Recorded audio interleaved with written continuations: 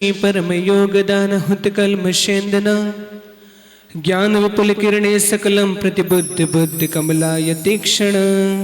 जल देवाद्वित शरणाद नेमिनाथ भगवान की, महावीर भगवान की, मुनि कुंजर ज्येष्ठाचार्य गुरु आदि सागर जी महाराज की, तीर्थ भक्त शिरोमणि आचार्य श्री महावीर कीर्ति जी महाराज की, वात्सल्य रत्नाकर आचार्य शिक्षण निमल सागर जी महाराज की, तपस्वी सम्राट महातपो मार्तंडाचरगण सन्मति सागर जी महाराज की जय। ज्योति स्वरूप तप तेज प्रवर्धमान यज्ञान भासित जगत्रय दिव्यवान आचार्यवान कुशलो बहुभाष विज्ञ वंदे सदा परमधीर सुनील सिंधु वंदे सदा परमधीर सुनील सिंधु।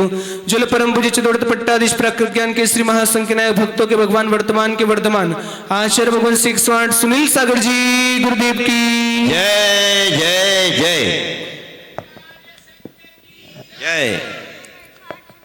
आज चतुर्दशी का पावन दिवस, जहां पर चतुर्मास की मंगलमय स्थापना जो शास्त्रीय विधि होती है, वो शास्त्रीय विधियों से आज पूरे संघ की चतुर्मास की स्थापना की विधि आज शाम में संपन्न होगी।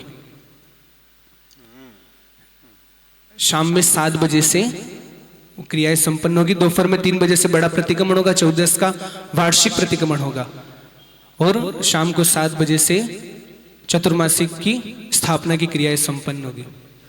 अवसर मिला हमको 4 महीने का, है ना। इस बार तो थोड़ा घट गया, 3.5 महीने का अवसर आप सबको मिला है। तो एक एक दिन, एक एक क्षण, एक एक पल कैसे हम गुरु चरणों से जुड़कर गुरु की भक्ति कर कर हम निकालते हैं, ये अपन सौभाग्यशाली होंगे।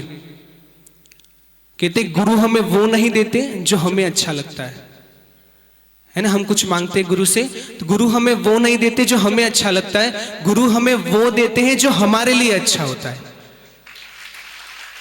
हम लोग इच्छा करें कुछ चीज की कि ये मिले ये मिले, लेकिन गुरुदेव होते जो सच्चे साधक होते, उनकी भावना होती कि प्रत्येक जीव का कल्याण कैसे हो, प्रत्येक जीव का उद्धार कैसे हो, तो वो हमें कुछ अच्छा ही देते हैं। और 4 महीने हमको अच्छी अच्छी बातें, कैसे कषायों से दूर होना, कैसे राग द्वेष से निवृत्त होना और संसार में रहते हुए अपने कर्तव्य को कैसे पालन करते हुए अपने आत्म साधना पे बढ़ना, ऐसी पूरी जीने की प्रक्रिया, अध्यात्ममय जीने की प्रक्रिया, सम्यक के साथ जीने की प्रक्रिया हमको इस पूरे चतुर्मास में मिलेगी। बड़े बड़े शास्त्रों का यहाँ पर अध्ययन होगा, बड़े बड़े शास्त्रों की वाचना होगी, गुरु के मुख से शास्त्रों की गाथाओं के द्वारा यहाँ पर प्रवचन होंगे और पूरी जैन कॉलोनी, पूरे अध्यात्ममय गुरु की ऊर्जा से, पूरी जैन कॉलोनी कहो, आसपास की कॉलोनी कहो या पूरा इंदौर गुरु की ऊर्जा से यहाँ पर महकेगा। उनकी साधना की, उनकी तपस्या, उनकी चर्या की ऊर्जा पूरे इंदौर के अंदर महकेगी।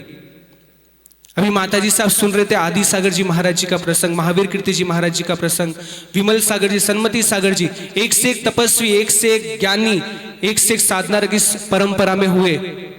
और कई लोगों ने दर्शन किए होंगे, लेकिन अभी के जो युवा है उन्होंने किसी भी 4 आचार्यों के दर्शन नहीं किए। बहुत से बच्चे ऐसे बैठे या बहुत से युवा ऐसे बैठे जिन्होंने 4 आचार्यों के दर्शन नहीं किए, लेकिन हम सौभाग्यशाली है जिनने उन 4 आचार्यों के दर्शन नहीं किए। वो साक्षात 4 आचार्यों के गुण जिनमें प्रकट होते, जिनमें झलकते, ऐसे चतुर्थ पट्टाधीश आचार्य सुनील सागर जी गुरुदेव हमारे बीच में उपस्थित है। इस इंदौर की पावन धरा पर चतुर्मास व्रत है। आचार्य आदि सागर जी महाराज जी गुफा में साधना करते थे, उनके चरणों में भी शेर आता था। तो आचार्य सुनील सागर जी महाराज गिरनार के जंगलों में साधना करते थे, उनके पास भी शेर आया। आचार्य महावीर कीर्ति महाराज जी के मधुमक्खियों का उपसर्ग हुआ था, मधुमक्खियां उपसर्ग विजेता महावीर कीर्ति जी महाराज जी थे। तो जैसे उन्होंने उपसर्ग विजेता भी हुए, ऐसे आचार्य के सुनील सागर जी गुरुदेव के सत्संग पर भी मधुमक्खी का उपसर्ग हुआ था। सेम उसी प्रकार उसी उपसर्ग को गुरु ने समता भाव से और आत्म साधना से उस उपसर्ग को सहन किया। हजारों मधुमक्खियां काटी, लेकिन विहार चल रहा था, अब रास्ते में अंधेरा हो गया, अब आगे पहुंच भी नहीं सकते लोकेशन पे। तो रात्रि में वहीं रोड पर एक बड़ी चट्टान थी, उस चट्टान पे सामायिक का समय हुआ और खड़गासन, इतनी मधुमक्खियां काटने के बाद भी खड़गासन मुद्रा में खड़े होकर सामायिक की, और सामायिक के पश्चात सारा उनके शरीर का जो कहो मधुमक्खियों का जो जहर था वो सारा निकल गया। अनेकों पूरे संघ पे मधुमक्खियों का उपसर्ग हुआ था। आचार्य महावीर के विमल सागर जी महाराज जो वात्सल्य के धनी कहलाते जाते हैं, ऐसे वात्सल्य के धनी भी हमारे बीच में गुरुदेव प्रत्येक जीव के प्रति कल्याण की भावना, प्रत्येक व्यक्ति के प्रति कल्याण की भावना, कोई विशेष नहीं है उनके लिए, कोई ना कोई व्यक्ति विशेष है ना कोई स्पेशल कोई है, सब एक समान है, सब व्यक्तियों को बस इनकी ये भावना रहती है कि प्रत्येक जीव का कल्याण और प्रत्येक जीव मोक्ष मार्ग पर बढ़े। कहीं बुजुर्ग साधु भी संग में है, कई बार बुजुर्ग साधुओं को दीक्षा नहीं देते, लेकिन पूज्य गुरुदेव की भावना अगर उन्होंने भावना भाई है कि मुझे संयम लेना और मुझे समाधि मरण करना है, तो पूरे संघ कोई भी क्या बोलते बुजुर्ग साधु उनको भी दीक्षा दी जाती है और निर्विकल्प रूप से उनकी साधना में सब लोग वैयावृत्ति कर कर उनकी साधना का पालन कराते हैं। ऐसे वात्सल्य के शिरोमणि तपस्वी सन्मति सागर जी महाराज, उनके बारे में भी आपने सुना, कई सारे ऐसे प्रसंग उनके, ऐसे तपस्वी उनके पैर में घाव हो गया, गहरा घाव हो गया, सुबह से वो क्या पता रात में 12-1 बजे से साधना में रत थे। प्रातःकालीन जब पूरा संघ उपस्थित हुआ, पूरा संघ स्वाध्याय कर रहा था, तब आचार्य भगवान भी उनके संग में मुनि अवस्था में उपस्थित थे। तो आचार्य श्री ने देखा कि दरवाजे से चींटियों की लाइन आ रही है लंबी, ये कहाँ जा रही है? तो देखा कि और एक लाइन चींटियों की जा रही है और दूसरी लाइन आ रही है, तो जो चींटियां जा रही है उनके पास कुछ नहीं, लेकिन जो वापस आ रही है उनके मुंह में वाइट वाइट कुछ है। तो जब वो चींटियों की लाइन को देखते देखते तपस्वी सम्राट के पास पहुंचे, तो वो चींटियां उनके घाव में से मांस के टुकड़े लेके जा रही थी और तपस्वी सम्राट अपने साधना में, अपने पाठ में और संघ को स्वाध्याय कराने में मग्न थे। तो आचार्य श्री ने बोला तपस्वी सम्राट को कि गुरुदेव चींटियां इतना उपसर्ग कर रही है, तो तपस्वी सम्राट बोले वो अपना काम कर रही है और हम अपना काम कर रहे हैं। ऐसे देह और आत्मा की भिन्नता को जानने वाले तपस्वी संत इस युग में हुए और उनके शिष्य चतुर्थ पट्टाधीश आचार्य सुनील सागर जी महाराज का यहाँ पर आगमन हुआ है। कई सारे ऐसे प्रसंग, इंदौर में आते ही पंचकल्याणक, इंदौर में आते ही शिलान्यास हुआ गोयल नगर में, शिलान्यास और शिलान्यास के साथ ही पंचकल्याणक की तारीख भी फाइनल हो गई। उदयनगर, अंजलि नगर पहुंचे, वहां पर भी देखा, अंजलि नगर वालों ने बोला आपके सानिध्य में पंचकल्याणक हो, तो उसकी भी तारीख फाइनल हो गई। अब बारी है नेमी नगर वालों की, उनकी भी भावना है कि 24 का यहाँ पर निर्माण हो और विशाल भव्य पंचकल्याणक ऐतिहासिक आचार्य भगवान के सानिध्य में यहाँ पर संपन्न हो, तो क्या पता कुछ दिनों में आपके नेमी नगर की भी पंचकल्याणक की तारीख फाइनल हो जाएगी। तो एक बार गुरु के मुख से निकला वचन, जिसने जिसने झेल लिया है ना, गुरु हमें वो नहीं देते जो हमें अच्छा लगता है, गुरु हमें वो देते हैं जो हमारे लिए अच्छा होता है। तो गुरु ने हमको जो जो भी दिया, उनके मुख से जो जो भी वचन निकले, अगर आपको उसने झेल लिया तो आप ऊंचाइयों को प्राप्त करेंगे और जीवन को इतना यश कीर्ति के साथ अपने आप को देखेंगे कि आपने सोचा भी नहीं होगा। एक छोटा सा प्रसंग है दिल्ली का, दिल्ली चतुर्मास फाइनल हो गया, शुद्धि की जगह जो उन्होंने देखी थी कि यहां पर शुद्धि जाएंगे, तो लेकिन जब गए तो वो जगह जमी नहीं, वहां पर भी अंकुर उत्पत्ति होने के चांसेस थे। अब चतुर्मास फाइनल हो गया, शुद्धि की जगह नहीं मिल रही, वापिस उसी रास्ते पे जहां जगह फाइनल की थी उसी के पहले एक बड़ी बिल्डिंग थी गवर्नमेंट की, जहां पर स्टे लग गया था, लगभग वो बिल्डिंग 500 से 700 करोड़ की होगी।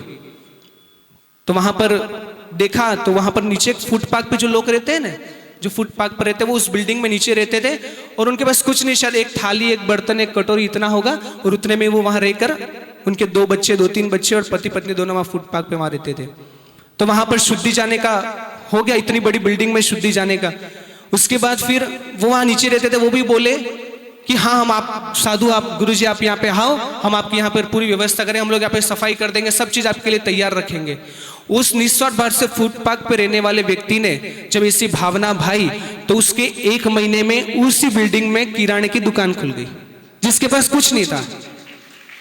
1 महीने में किराने की दुकान खुल गई, दूसरे महीने में उसको कारपेंटर की गाड़ी आ गई, बाइक आ गई उसके पास, दूसरे महीने कारपेंटर की नौकरी लग गई, और तीसरा महीना बीता कारपेंटर की नौकरी लग गई, और चौथा महीना होते होते वो ठेकेदार बन गया, उसके अंडर में 4 आदमी काम कर रहे।